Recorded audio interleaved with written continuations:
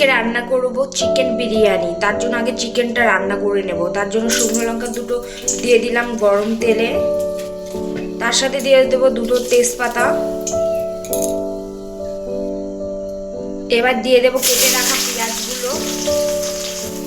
কেটে রাখা পেঁয়াজগুলো লাল লাল করে ভেজে নিতে হবে।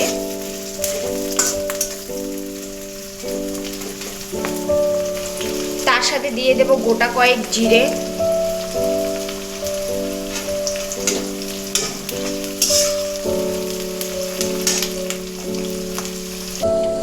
এখানে মশলায় আছে আদা, জিরে, রসুন, টমেটো আর ধনে আর পেঁয়াজ, সব কিছু পেস্ট করে নিয়েছিলাম, আর শুকনো লঙ্কা, কাঁচা লঙ্কা।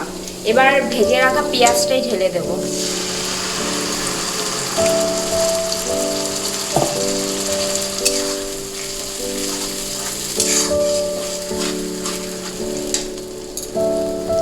মশলার মধ্যে দিয়ে দেব স্বাদ মতো নুন,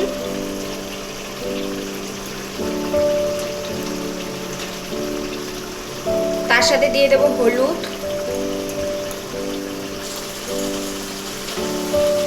এবার দিয়ে দেব খাঁটি দই, টক দইটা দিয়ে দিচ্ছি।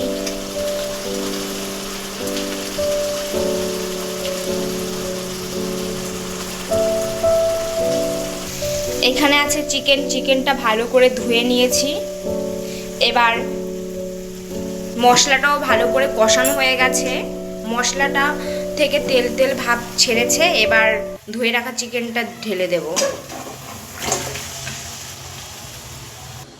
চিকেনটা মশলার সাথে ভালো করে করে দিলাম।